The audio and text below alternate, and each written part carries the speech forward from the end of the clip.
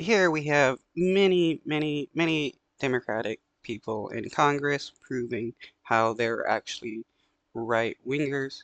If you support an extremist right-wing government committing a genocide, you are a right-winger.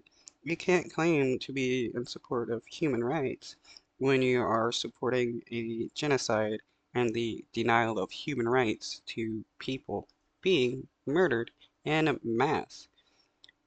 I support the Democrats that are boycotting Netanyahu coming to visit, and any of the ones that are in support of Netanyahu are nothing but right-wing genocidal maniacs.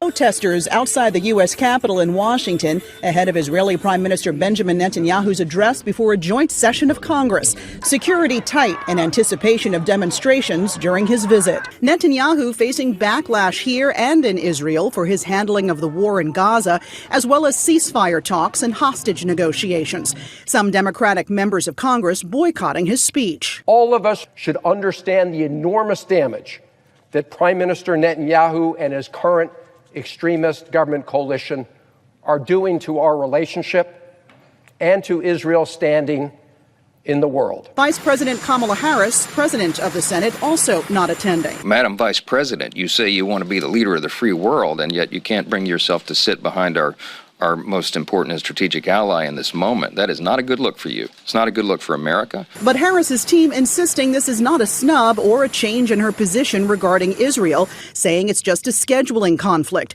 as she is in Indianapolis for a previously scheduled event. The vice president will meet one-on-one with Netanyahu on Thursday, as will President.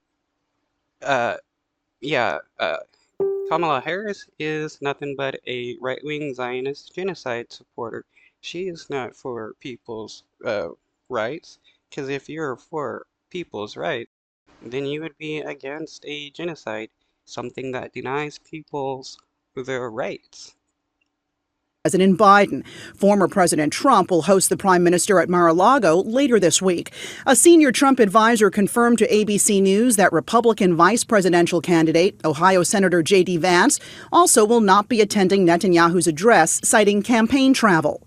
Netanyahu is expected to meet one-on-one with House Speaker Mike Johnson before his speech. Congress sent $26 billion in aid to Israel and provided humanitarian relief for people in Gaza in April.